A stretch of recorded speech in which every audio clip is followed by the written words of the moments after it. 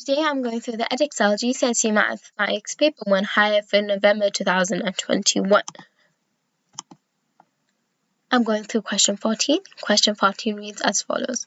Here is a shape with all measurements in centimeters. The area of the shape is a centimeter squared. Show that a equals 2x squared plus 24x plus 46. As you can see, this is a compound shape, so I need to split it into two. So that, and I need to know the dimensions. So this is x plus 1 by 4, and this is 2x plus 6 by this unknown height. But I can work out this unknown height because this is x plus 11, and it's 4 less than that, so it will be x plus 7. So I can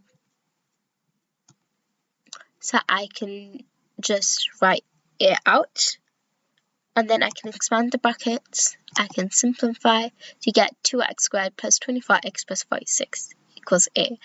And that's the question. Thank you for listening. Like and subscribe for more GCSE past